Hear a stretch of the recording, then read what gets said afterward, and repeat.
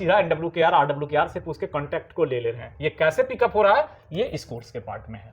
तो that is the simple कि यहाँ पे हम पूरी की पूरी पॉइंट चलाने के लिए WN बटन और NWWN बटन, अगर हम फिजिकल ऑपरेशन कर रहे हैं, मैनुअल ऑपरेशन कर रहे हैं, इंडिविजुअल ऑपरेशन कर रहे हैं, तो इसको दबाने के साथ में जो रिले पिकअप होगा और कंप्लीटली WNPR RPR होते हुए WCR होते हुए मोटर पॉइंट को 110 फीट जाकर जो फाइनली NWKR व RWKR पिकअप कराएंगे। This is the complete sequence. और इसका ये भी 2 टाइप का सीक्वेंस है। नमस्ते नमस्ते सबको नमस्ते। चलिए अभी लगभग 50% ज्वाइन किए हैं, 50 के आसपास स्ट्रेंथ इस बैच में भी आप लोगों का हो गया है, जिसमें लगभग बहुत सारे लोग जो पहले से हमसे जुड़े हैं वो हैं, और बहुत सारे जो हैं वो इस बार नए जुड़े इस बैच में। जैसा हर बैच में होता है, इस बैच में ऐसा कुछ नया नहीं है। हर बैच में लगभग 50-50 रेशियो रहते हैं, पुराने लोग रहते हैं और नए भी आते हैं। तो जो पुराने लोग हैं उन्हें तो सब चीज़ पता है क्लास के बारे में। जो नए लोग इस बैच में हमसे जुड़े, बिल्कुल नया पहली बार जुड़े, सबसे पहले तो स्वागत है उनका कि हमारे साथ जुड़े। ऑनलाइन सिर्फ 2-4 लाइन हमारे बारे में पढ़ के, सुन के या कुछ वीडियोस देख के उम्मीद करेंगे कि क्लास के लास्ट में आपको ये अनुभूति होगी, फीलिंग्स होगी कि नहीं चलो सही जगह जुड़े थे, कुछ तो सीखे। ऐसा नहीं कि मास्टर बन जाएंगे 100% सिग्नलिंग के सब चीज़ ना तो हम जानते हैं, ना किसी को सिखा सकते हैं, ना किसी से उम्मीद करते हैं। लेकिन हाँ, इतनी ज़रूर एक कॉन्फिडेंस अंदर में आ जाती है कि इस गियर के बारे में हम जानते हैं। जितनी हमारी ज़रूरत है उतना मुझे पता है। तो हमारी कोशिश भी वही रहती है कि जितना मुझे आता है या हर रोज़ जो सीखता हूँ काम के दौरान, पढ़ने के दौरान, कुछ मैनुअल से, कुछ रूल्स से, कुछ आप लोगों से, कुछ और किसी से, वो सब इस क्लास में के माध्यम से जस्ट लाइक की शेयरिंग, एक दूसरे के साथ शेयर करके, जो रेलवे की परिपाटी नहीं रही है कि नॉलेज शेयर करो। रेलवे में सबसे बड़ी गलत परिपाटी जो हमने पिछले बहुत समय से देखा और झेला भी, पता नहीं क्यों यहाँ कोई किसी को अपनी नॉलेज शेयर नहीं करना चाहते थे या आज भी नहीं चाहते हैं। उन्हें लगता है बता देंगे तो मेरी वेटेज कम हो जाएगी हमारे यहाँ पे। बट मेरा मानना ऐसा नहीं है। मेरा मानना ऐसा है कि अगर हम अपने पास वालों को सिखा देंगे तो हमारा लोड कम से कम थोड़ा सा घटेगा, या रात की नींद आसान होगी, लोग सेफ्टी से अपना काम करेंगे और हमारा विश्वास उनके ऊपर बढ़ेगा कि अगर एक्स आदमी ने ये कह दिया तो सही है, उसकी नॉलेज ठीक ठाक है। कोशिश यही है। कौन मांग रहे हैं प्लीज़ लिंक 5002 कौन है? रतन, तो क्या उसमें जोड़े नहीं है क्या लिंक? एक सेकेंड,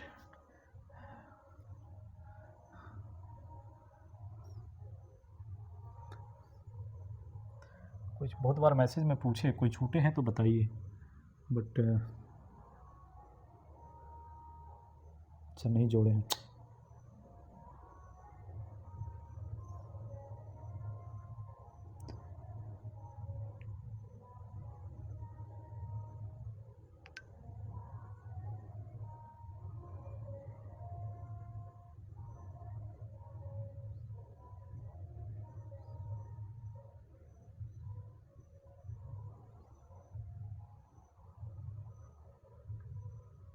तो मैं क्या बता रहा था कि जो नए लोग हमसे आज जुड़े, तो कोशिश यही रहेगी कि शेयर किया जाए। और दूसरी चीज़ें ये है कि हमारी एक नियम है कि आपसे मैंने जो थोड़े बहुत बिंगे दान दक्षिणा के रूप में लिया है, ये नॉट फॉर दिस कोर्स के लिए है कि ये वाली बैच RS002 की 5th बैच है। ये जैसा आप पढ़ रहे होंगे, ये RS002 की 5वीं बैच है।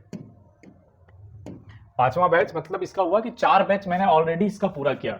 01 RS001, sorry RS002, 02 RS002, 03 RS002, 04 RS002 और अभी ये 5वां है। तो जो 01 RS002 में भी जुड़े, अभी आप इस ग्रुप में जो नए मेंबर हैं वो तो नए हैं, जैसे ये बैच खत्म होगी आपको हम पुराने एक हमारा अलुमनी ग्रुप है RS002, वहाँ ऐड करके रख दूंगा। जब भी 6ठा बैच शुरू होगा वहाँ भी आपसे हम कंसेंट लेंगे कि अगर आपको इच्छा है कि हम रिवाइज करें तो आप आ जाइए। ऐसे बहुत लोग हैं जो RS001 में भी हमारे साथ, 01 RS002 में थे और आज भी आपके साथ रिवाइज कर रहे हैं। तो उसके उस समय फिर कोई मैं किसी प्रकार की आपसे टोकन मनी, दान दक्षिणा नहीं लेता हूँ। ये जितनी बार रिपीट होगी, आप हमारे साथ जुड़े हैं तो सीखने की इच्छा से जुड़ते रहते हैं, चलती रहती है, परंपरा है। तो एक तो वो नियम है। दूसरा ये है कि आप भी कामकाजी हैं, हम भी कामकाजी हैं। ये वर्क जो है ये सेकेंडरी है। सीखने सिखाने की जो हमारी आपकी ये वर्क है रात के 2 घंटे का, ये प्राइमरी वर्क नहीं है, ये सेकेंडरी है। तो सेकेंडरी वर्क मतलब कि प्राइमरी वर्क से अगर समय मिला तब आप सेकेंडरी को देंगे, प्राइमरी को छोड़ नहीं सकते। तो दैट मीन्स कि आप हम जैसे सिग्नल के लोग हैं तो पता है कि अभी बहुत सारी फेल्योर्स, ये वो, नन फन इंस्पेक्शन, तो बहुत समय ऐसा आएगा कि उस दिन रात को फुर्सत ना मिले। आप लोगों में से किसी एक को ना मिलेगा, मुझे फुर्सत है तो क्लास कंटिन्यू हो जाएगी, लेकिन मुझे फुर्सत नहीं मिला तो मे भी उस दिन डिस्टर्ब हो सकती है। तो शाम को 6-7 बजे तक, 6-7 PM तक आपको ग्रुप में मैसेज मिल जाएगा कि किसी कारण से आज क्लास डिस्टर्ब हो रही है या नहीं हो पा रही है, एक कारण। दूसरा, मैं रहता हूँ रूरल एरिया में, तो रूरल एरिया में नेटवर्क की भी इशू होती है। जैसे फर्स्ट क्लास जो इसका था 8:30 to 9:15 वो नहीं हो पाया, बिटवीन क्लास में ही नेटवर्क पूरी डिस्टर्ब हो गई और वीडियोज़ वगैरह आने नहीं लगे तो क्लास बंद करना पड़ा। मुझे लग रहा था ये क्लास भी नहीं हो पाएगा क्या, लेकिन फिर देखता हूँ शायद उन लोगों ने ठीक किया या जो भी हो। तो कभी कभी नेटवर्क की भी इशू रहती है। और तीसरा इशू कि रूरल एरिया की कहानी वही है कि अगर बिजली पानी बिल्कुल से 2-3 दिन के लिए चली गई तो इन्वर्टर भी जवाब दे देता है। तो कभी कभी क्लासेस डिस्टर्ब होंगी, लेकिन वो डिस्टर्बेंस बहुत मायने नहीं रखता है, फिर रिकवर हो जाएंगी। तो वहाँ पे आपको ये देखना है कि चलो ठीक है, चलता है।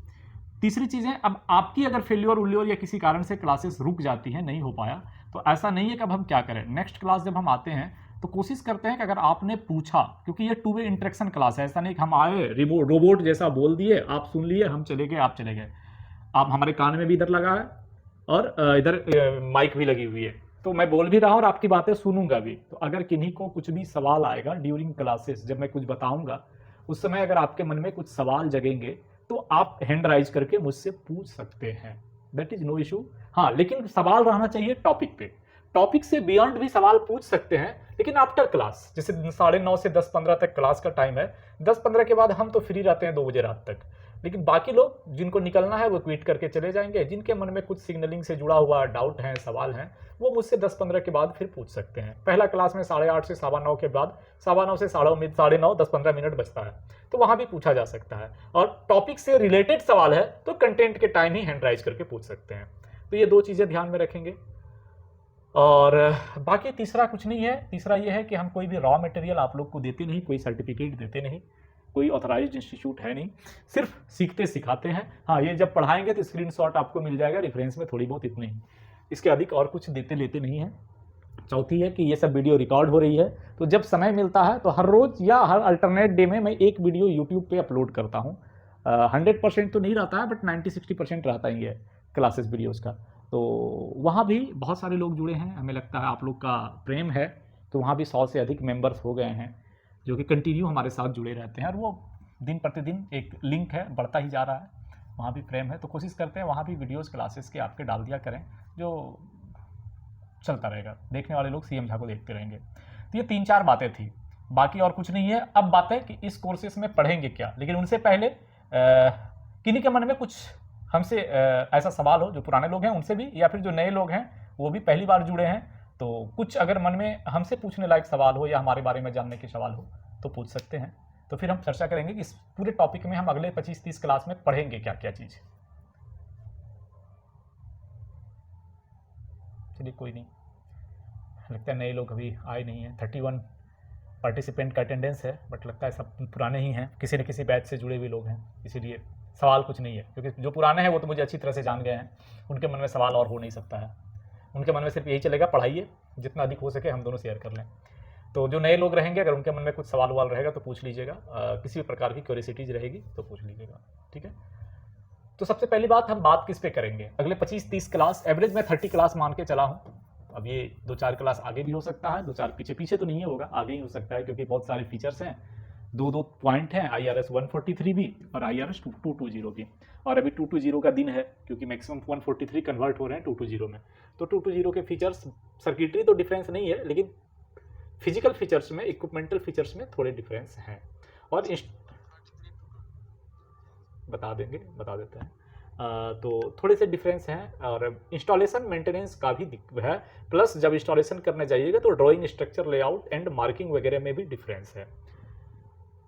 अभी से पहले जो था ना श्रीनिवासु जी, हमारा रेलवे का जो मैक्सिमम परमिसिबल स्पीड 160 तो था आगरा न्यू दिल्ली रूट का, बट ये कुछ 1-2 जगह पे थे, रेयरली।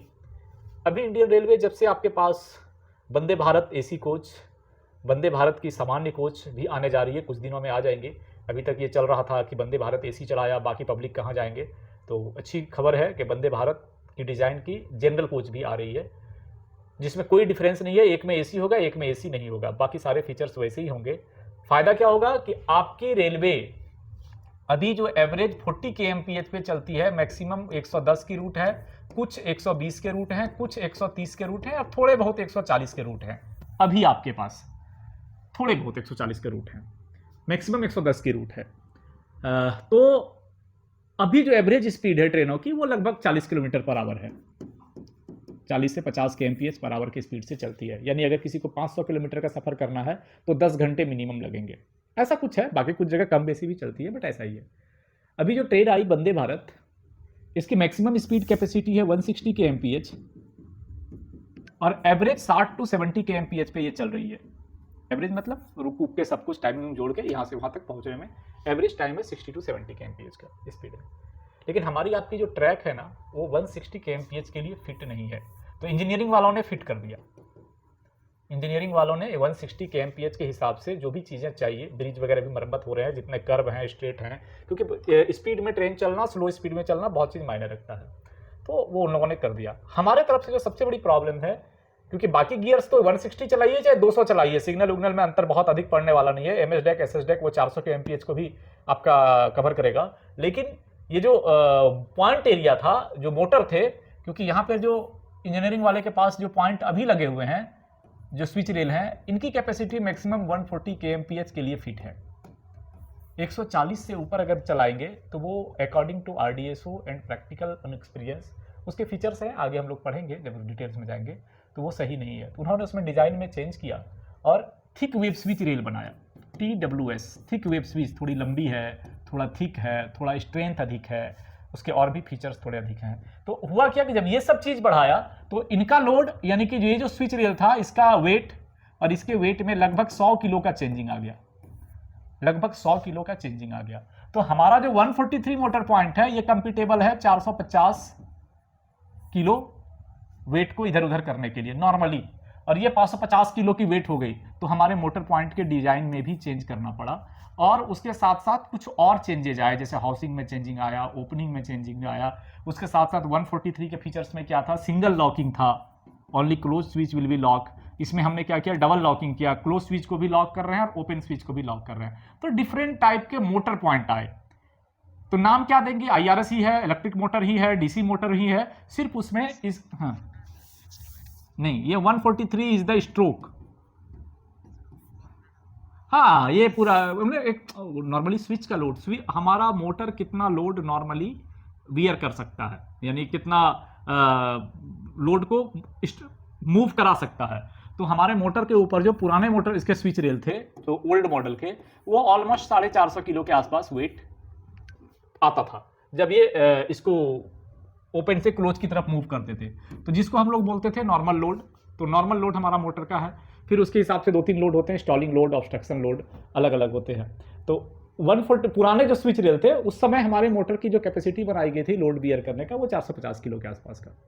लेकिन अभी जो इसकी स्ट्रेंथ बढ़ गई तो उसको भी बढ़ाना पड़ा, प्लस कुछ और फीचर्स आए, जैसे ओपनिंग बढ़ा, हाउसिंग के लिए अधिक करना पड़ा। तो लॉकिंग में, उसमें सिंगल लॉकिंग थी, इसमें डबल लॉकिंग आई। तो जो स्ट्रोक है मोटर का, उसको बढ़ाया गया। तो ये सिंपल सा स्ट्रोक है कि रोटरी मूवमेंट से जो हॉरिजेंटल में कन्वर्ट होती है, ये 143 mm का स्ट्रोक देता था पुराना वाला, और ये देता है 220 mm का। और ये इसका क्या पूरा का पूरा फंक्शन है, दैट इज इन क्लास। जब हम लोग TWS पे चर्चा करेंगे सब समझ में आ जाएगी आपको। बस सिंपल जान लीजिए कि ये 2 टाइप के आपके पास मशीन है, इसको ओनली मशीन जानिए। और ये इसका फीचर्स है 143 और 220 mm की स्ट्रोक।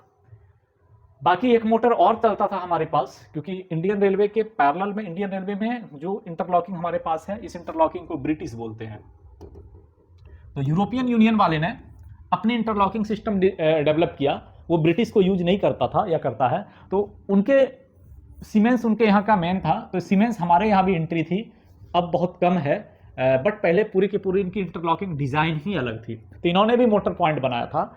इनके मोटर पॉइंट का स्ट्रक्चर थोड़ा सा इससे डिफरेंस था, इसमें 5 रॉड का और ये 4 रॉड का था। बाकी लगभग चीजें एक थी, थोड़ी सी कॉपीराइट ना हो, डिजाइन में चेंजिंग आया था। तो ये 4 रॉड वाली सीमेंस की भी मोटर पॉइंट अभी तक हमारे यहाँ कुछ थे, बट अब तो हमारे यहाँ एक रूल्स मतलब गाइडलाइन हटा दिया गया, जहाँ जहाँ भी सीमेंस थे हटा के IRS कर दिया।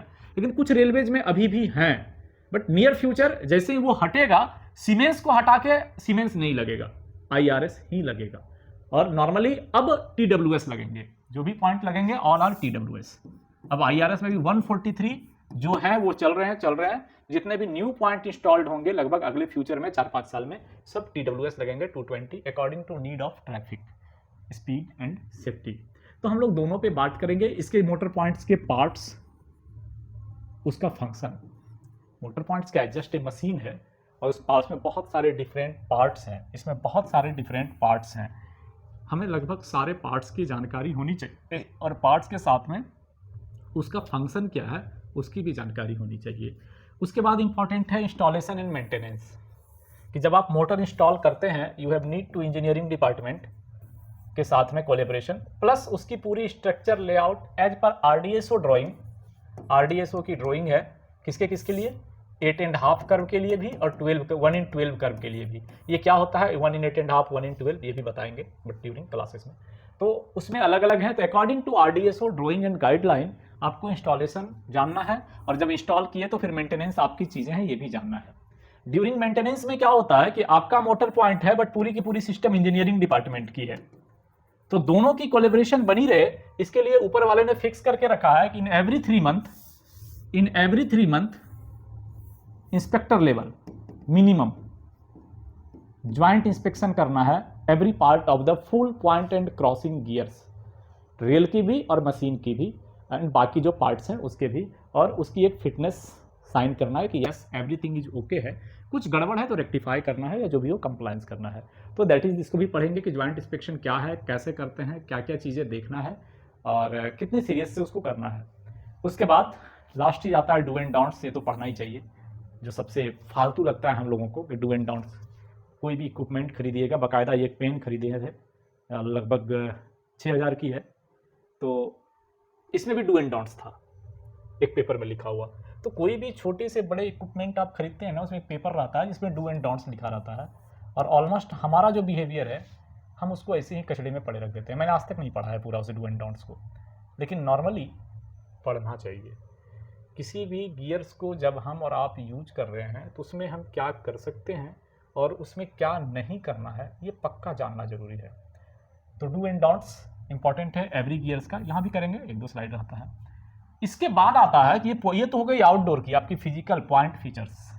नेक्स्ट, सिर्फ पॉइंट साइट पे लगा देना हमारा काम नहीं है, उस पॉइंट के साथ में जो मेन फीचर्स है आपकी जो सिग्नल्स हैं, सिग्नल के साथ में जितने पॉइंट्स लगे रहेंगे उसके रूट में कहाँ उसके रूट में, उसके ओवरलैप में और वेयर एवर रिक्वायर्ड उसके आइसोलेशन में। जिस भी सिग्नल का रूट, ओवरलैप और आइसोलेशन में जो भी पॉइंट्स हैं, पॉइंट का नॉर्मली 2 ही कंडीशन है, आइदर नॉर्मल NWKR पिकअप और आइदर रिवर्स RWKR पिकअप। तो इसकी इंटरलॉकिंग में सिग्नल क्लियरेंस में हम फाइनली NWKR बा RWKR लेते हैं, और वो जो सिग्नल क्लियरेंस सर्किट है वो अभी हम लोग जस्ट शुरू किए हैं, फाइनली पढ़ रहे हैं किसमें? RS010 में। यहां पे हम HR पिकअप कराते हैं, लेकिन HR पिकअप कराने का सीक्वेंस क्या है? HR पिकअप कराने का आपका सीक्वेंस है कि आपके सर्किट की LR पिकअप होने से सिग्नल इनिशिएशन हो गई। सिग्नल इनिशिएशन का होने का मतलब है कि भैया गाड़ी को लेके चलो, तो गाड़ी लेके जाने के लिए रूट बनना है, रूट बनना मतलब पॉइंट ऑपरेशन होना है, तो यहां पे फिर सारे पॉइंट का ऑपरेशन होगा, पॉइंट ऑपरेशन सर्किट। इसी सर्किट में फाइनली NWKR बा RWKR पिकअप होगा। तो ये पूरा सर्किट हम लोग पढ़ेंगे यहां पे with release and point controlling circuit.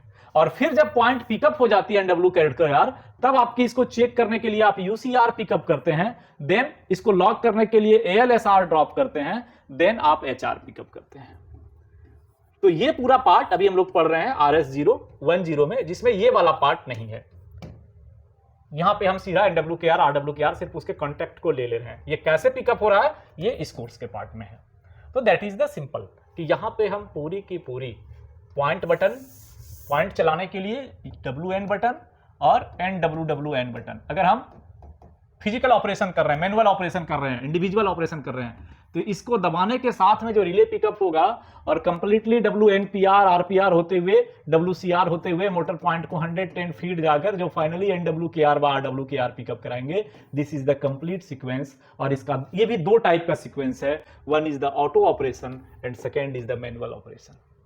तो मैनुअल ऑपरेशन ओनली फॉर अभी मेंटेनेंस पर्पज से है एंड सिग्नलिंग में ऑटो ऑपरेशन ही फंक्शन कर जाती है, no need to manual operation. ठीक है, तो ऑलमोस्ट इन सारे चीज़ों को हम लोग पढ़ेंगे according to latest RDSO guideline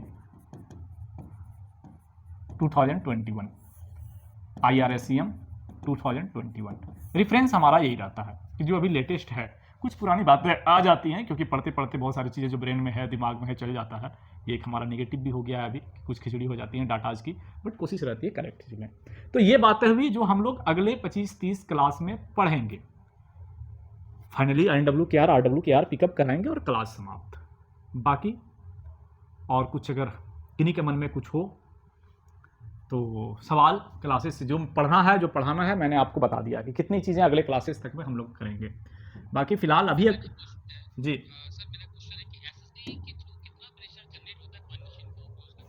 क्या बोले, SSD के थ्रू कुछ नहीं, कुछ नहीं।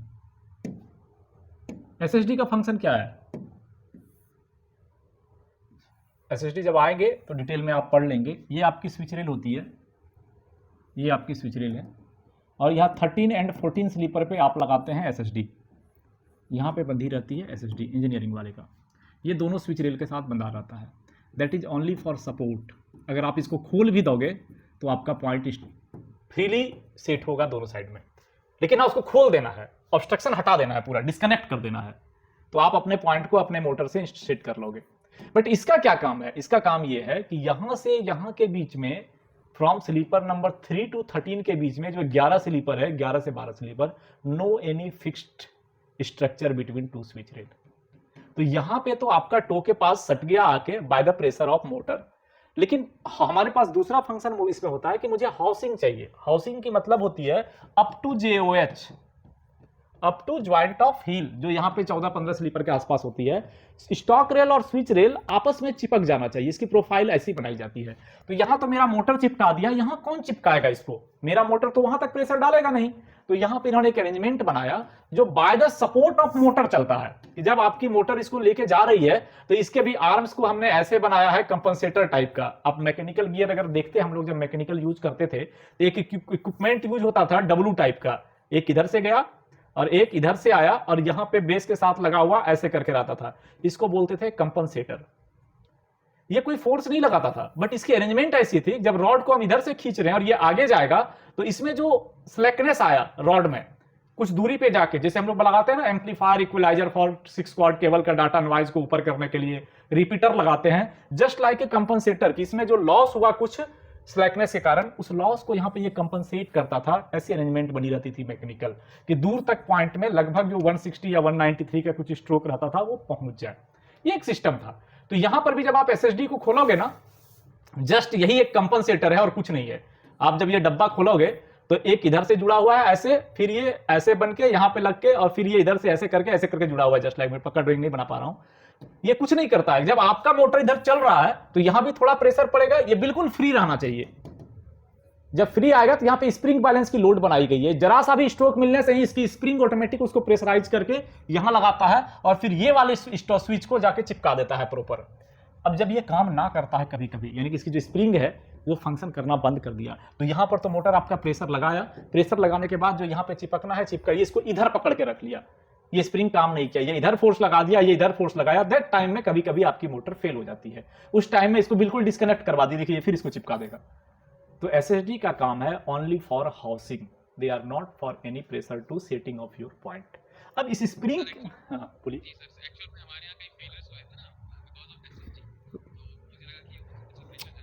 देखिए ऐसा नहीं है, मैं बहुत बार ऐसी क्लास में आप लोग को बता चुका हूँ, सिग्नल वाले बड़े चतुर होते हैं, उन्हें लगभग सबकी जानकारी होती है अपनी जानकारी के अलावा। बाकी लोग जितना चतुर हो रहे हैं उन्हें सिग्नल की जानकारी नहीं है। आप ये चीज़ जान लीजिए, मैं भी देखता हूँ, हमारे डिवीजन में भी आती है, जितने भी फेल्योर में ये रिमार्क्स दिया जाता है point fail due to SSD, अगर 100 फेल्योर में ये रिमार्क्स है तो 10 रिमार्क्स करेक्ट हैं, 90 फर्जी है कि हमारा फेल्योर इंजीनियरिंग वाले पे चला गया। पक्का बता देता हूं, जिसमें उसकी कम दोष हैं, हमारा दोष अधिक है। लेकिन हम अपनी की जगह, और उसके बाद आपको पता है कि इसका क्या फॉल्ट है, लेकिन इसको नहीं पता है क्या फॉल्ट है। मैं आज की कहानी बता देता हूं। आज की कहानी, एक फेल्योर था किसी कारण से, 2 पे थोड़ा गैप आ गया, यहां पे थोड़ा सा गैप आ गया, मैं नहीं गया था, खबर मिला। तो फर्स्ट जो थिंकिंग रहा, जो साइड पे था, कि हो सकता है पैकिंग लूज हो गई। फर्स्ट उन्होंने पहला काम किया पैकिंग का, तो उसे गैप नहीं दिया। दूसरा काम किया कि उसके एसएसडी को खुलवाया और बोला सर इसका स्प्रिंग प्रॉपर नहीं फंक्शन कर रहा है, एसएसडी का प्रॉब्लम है। मान लिया वो भी, उसका भी आदमी गया, जो भी करना है कर रहा था। फिर मुझे भी खबर मिली, तो मैंने 2-4 सवाल पूछे, बताओ सिम्टम्स, ऐसा ऐसा कहानी। फिर मैंने उसको बोला कि एक काम करो, एक बार गेज देखो तो क्या हाल है। Gauge out 10 mm। तो जैसे ही +10 गेज आउट है, तो भैया आपकी मोटर और एसएसडी को आपने एडजस्ट करके रखा है, इसमें अधिक से अधिक ±3-4 को वो अरेंज कर सकता है। 8-10 गेज अगर आउट हो जाएगा तो ये आपका एडजस्ट नहीं होगा, ये पहुंचेगा नहीं, ये रोक लेगा यहाँ पे, क्योंकि इसके एडजस्टमेंट आपने एसएसडी का वैसे ही करके रखा है, उतने पे जाकर रुक रहा है। दैट टाइम में यहाँ पे 2 से 3 mm गैप रह गया, 2-3 mm गैप रहने पे आपकी इंडिकेशन नहीं आ रही है, और क्या, कहानी खत्म है। तो प्रॉब्लम है गेज का, लेकिन 5 घंटे मेहनत कर रही इधर। अब उसी पीरियड में इसको ठीक ठाक करने से अगर किसी तरह ये सट गया, गलती से सॉर्ट आउट नहीं हुआ प्रॉब्लम, वो फिर आएगा तो कहेंगे अरे वो इसी का प्रॉब्लम था, रिमार्क्स इज गिवन। और अभी भी प्रॉब्लम होता है, ऐसा नहीं कि नहीं होता है, एसएसडी प्रॉब्लम होता है, बट मैक्सिमम एसएसडी में बहुत ऐसा इशू है नहीं। एसएसडी का एक इशू इंजीनियरिंग का ये है कि वायलिंग नहीं करते हैं वो लोग, जो उनको वायलिंग करना चाहिए। पीरियोडिकल वायलिंग नहीं है उनकी मेंटेनेंस में, तो एसएसडी में पीरियोडिकल वायलिंग होना चाहिए, क्योंकि इसके गियर भी पार्ट्स मूवेबल हैं, ठीक है। और बाकी कुछ तो स्प्रिंग इसका फोर्स डालता ही होगा, क्योंकि इसकी स्प्रिंग की फोर्स को एडजस्ट करने का भी, स्प्रिंग को टाइट करने का, लूज करने का प्रोविजन है, बट कितना करता है दैट इज नॉट मेजरमेंट। ये मेजर करके तो कोई रखा नहीं है कितना करता है, ठीक है। चलिए, अच्छी बात है, बट पढ़ेंगे एसएसडी के बारे में जब आएंगे तो लगभग चीज़ें वहाँ भी क्लियर हो जाएंगी। एसएसडी क्या है, कैसे फंक्शन करता है, उसे नहीं है। बाकी जो हम लोग पढ़ेंगे, आज तो जस्ट इंट्रो क्लास था, आज विशेष है नहीं। नॉर्मल वे में देखिए, this is your IRS motor point. सबसे पहली बात कि जो सिग्नल के हैं उन्हें तो पता रहता है, जो सिग्नल के नहीं हैं उनको पता होना चाहिए, या जो बिल्कुल नए हैं या OEM से हैं, बाहर से हैं, प्राइवेट में काम करते हैं, साइडिंग्स के हैं, उनके पता होना चाहिए कि इसमें जितने पार्ट्स हैं इसका नाम क्या है, दैट इज वेरी इंपॉर्टेंट, और उसका काम क्या है। तो एक छोटी सी ड्राइंग यहाँ पे रखने का कोशिश किया, जिसमें आपको लगभग सबके पार्ट्स मिल जाएंगे। जो पहला पार्ट है, DC series split field motor with built in reduction gear unit. इसी मोटर में यहाँ पर जो सामने वाला पार्ट है ना, ये रिडक्शन गियर है, और यहाँ से यहाँ तक डीसी स्प्लिट फील्ड मोटर है। ये डीसी स्प्लिट फील्ड मोटर क्या होता है, इलेक्ट्रिकल वाले जो इंजीनियरिंग किया उन्हें तो पता होगा, ये नहीं पता है मोटर जब पढ़ेंगे वहाँ पे आपको कॉइल सहित इसके डायग्राम वायरिंग सहित बता देंगे, क्लियर हो जाएगी। ये डीसी स्प्लिट फील्ड मोटर है, और इसके पीछे हम लोग यहाँ पे जो डब्बा लगाते हैं, ये एक अरेंजमेंट लगाते हैं कि ड्यूरिंग किसी कारण से अगर मोटर फेल है, इलेक्ट्रिक फीड से ऑपरेट करना है, नहीं हो रहा है, तो मैनुअल ऑपरेशन के लिए एक यहाँ पे हम हैंडल लगाएं जिसका नाम है क्रैंक हैंडल।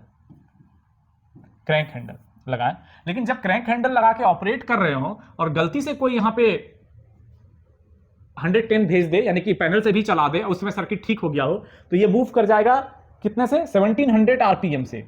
इसकी आरपीएम मोटर की कितनी होती है, 1700, 1 मिनट में 1700 राउंड। तो 1700 आरपीएम से अगर ये मूव करेगा, तो यहाँ पे जो बंदा ऑपरेटिंग का या सिग्नल का या कोई भी बैठ के मूव करा रहा है ना, that is the major accident. इतनी स्पीड से, रॉकेट की स्पीड से निकल के उड़ेगा कि जिधर लगेगा वही तोड़ देगा। तो उससे बचने के लिए यहाँ पे हम क्या करते हैं, एक इलेक्ट्रिकल कॉन्टैक्ट बनाते हैं। ये 4 वायर दिख रहा है, इसमें 110 की फीड को कट कर देते हैं। अगर आपने इसको इन किया तो ये वाली चाबी चलानी पड़ेगी, और जैसे इसको आउट करिएगा ये कट हो जाएगा। तो आप अगर गलती से वहां से फीड भी देता है स्टेशन मास्टर, या गलती से रॉन्गली कोई फीड आ गया, तो ये ऑपरेट नहीं होगा। तो क्या है कि हमारे काम करने वाले जो लोग वहां पे हैं वो इंज्योर्ड नहीं होंगे। तो that is the part of crank handle. ये एक चाबी है, ये क्रैंक हैंडल की चाबी है, इसी को मूव कराते हैं आप, तो ये पूरा का पूरा पार्ट उधर जाता है, इस चाबी को घुमाने से ही उधर जाता है। और ये दोनों जो अरेंजमेंट होती है, this is the finger contact या पॉइंट कॉन्टैक्टर यूनिट, नॉर्मली इसको फिंगर कॉन्टैक्ट भी बोलते हैं। इसमें 110 वोल्ट के लिए NCRC, और फॉर ऑपरेशन कि जब आप मोटर को ऑपरेट करते हैं, एंड बाकी 2 कॉन्टैक्ट 24 वोल्ट के लिए फॉर NDRD, यानी नॉर्मल डिटेक्शन और रिवर्स डिटेक्शन। तो हमारे मोटर में 2 काम है, एक तो नॉर्मल और रिवर्स ऑपरेट होना है, दूसरा नॉर्मल और रिवर्स में ऑपरेट होने के बाद सेट हुआ कि नहीं प्रॉपरली उसकी डिटेक्शन भी आनी है NWKR व RWKR के पिकअप के टर्म में आपके रिले रूम में और बाकायदा पैनल में। तो उसके लिए इलेक्ट्रिकल अरेंजमेंट को लेने के लिए इसके साथ लिए हैं। And all things are so finally designed कि पूरा का पूरा इसके भीतर में कुछ मैकेनिकल अरेंजमेंट है और ये कुछ स्लाइड्स है, इसमें कुछ ऐसे कैसे करके बने रहते हैं ग्रुप्स, जो मैं आगे बताऊंगा, सबका काम, सबका डाया, सबका मेजरमेंट। उसके थ्रू इस पूरे मैकेनिकल अरेंजमेंट को इस तरह से डिजाइन किए हैं कि जब प्रॉपर वे में पॉइंट सेट एंड लॉक होगा तभी ये सब कॉन्टैक्ट मेक होंगे और या ब्रेक होंगे। तो in any abnormal case all the 24 volt contacts are in break and 110 volt not supplied because everything is automatically operated with help of this slide। तो हमने यहां पे अब जब IRS की बात करेंगे तो 5 स्लाइड लेते हैं, this 2 slide for lock, this 2 slide for indication और एक स्लाइड लेते हैं मोटी वाली, बड़ी वाली, ये है ऑपरेशन के लिए। तो इसको बोलते हैं थ्रो स्लाइड, इसको बोलते हैं लॉक स्लाइड और इसको बोलते हैं डिटेक्शन स्लाइड। और ये स्लाइड के ऑपरेशन से ही, मूवमेंट से ही आप इस पूरे इलेक्ट्रिकल कॉन्टैक्ट को ऑपरेट करते हैं, कंट्रोल करते हैं, नॉट ऑपरेट, कंट्रोल करते हैं for according to your use. और बाकी फिर इन सारे स्लाइड में यहां से रॉड बांध के आप यहां पे जो स्विच लगी हुई है उसको लेकर सारे चीज को, तो इस पूरे मोटर को स्विच ऑपरेट कराते हैं बाय थ्रो स्लाइड और इस पूरे मोटर के एनसी और आरडी कॉन्टैक्ट को मेंटेन करते हैं, एडजस्ट करते हैं आप, ये करते हैं मतलब उसको एनडीआरडी को फीडबैक लेते हैं via movement of this switch rail और adjustment and setting of this switch rail. तो दैट इज वेरी इंपॉर्टेंट कि मुझे सारा चीज पता होना चाहिए। तो इन सब चीज को करने के लिए वायर आएगा, वायरिंग करनी पड़ेगी। तो यहां पे हम कुछ टर्मिनल्स लगा के रखते हैं, दिस इज द 6-वे ARA टर्मिनल्स, जिसमें हम वायर जोड़ के कुछ इधर होंगे, कुछ इधर होंगे और एक छोटी सी वायरिंग होती है। तो ये है आउटडोर वायरिंग। पता नहीं कुछ नाम होता होगा, कंपनी का नाम होगा, हाँ छोड़िए ना, कुछ ना, ऐसा भी एक वागो है, वागो तो कंपनी का नाम है। जो अभी वागो वाली टर्मिनल होती है, वागो कंपनी का नाम है, जो पुश वाली होती है। ये भी कुछ होगा, ब्रास की बनी होती है, ऊपर नीचे लगाने वाला। अब जब नाम रहा होगा पता नहीं, इसके पीछे तो कभी ध्यान दिया नहीं ऐसे कि ARA का फुल फॉर्म होता क्या है, लेकिन कुछ तो होता होगा ही, एंटी रेजिस्टेंस ऐसे करके कुछ होता होगा, ठीक है, जो भी हो। तो ये टर्मिनल्स हैं। और क्या बोल रहा था मैं, सर्किट। तो इसके लिए फिर क्या है कि आपको मोटर पॉइंट जब ऑपरेट करेंगे, हम लोग सर्किट पे जाएंगे तो मुझे मिनिमम 3 सर्किट मिलेंगे। एक लॉजिक इनसाइड द EI, यहां से लेके रिले रूम में जो रहेंगे इनडोर इंटरफेस, और फिर यहां से निकल के आप इसको ऑपरेट कराइएगा तो this is the outdoor interface. तो टोटल मिला के इस पूरे 3 सर्किट को जब आप पढ़ेंगे पूरे एक एक पार्ट में, तब आप कंप्लीटली मोटर पॉइंट की सर्किट को सीख पाएंगे, डिजाइन कर पाएंगे, देख पाएंगे। और सर्किट 143 के लिए, 220 के लिए या सीमेंस के लिए, तीनों के लिए सेम है, नॉट ए डिफरेंट सर्किट। सब में वही करना है, मोटर चलाना है, डिटेक्शन लेके आना है, ठीक है। तो आज बस इंट्रोडक्शन था, अगले दिन से सिंपल क्लास चलेगी। और किन्हीं के मन में कुछ भी शिकवा, शिकायत, सवाल जो भी होगा, या फिर कंटेंट के हिसाब से कुछ नया चीज़ की सर ये भी जोड़िए, क्योंकि ऐसा नहीं है कि हम जो आपके लिए कंपाइल किए ये 100% यही होगा, कुछ इसमें भी ऊपर नीचे हो सकती है। तो आपका सजेशन, फीडबैक जो भी होगा, सलाह स्वागत योग्य होगा, देंगे जरूर, या तो बोल के देंगे या व्हाट्सएप ग्रुप में लिख के देंगे। और बाकी क्लासेस कंटिन्यू होगी तो धीरे धीरे करके हम लोग सारा चीज़ पढ़ लेंगे। आज यहीं तक, सबको शुभ रात्रि। अगले दिन फिर शुरू करेंगे, यहीं से हम लोग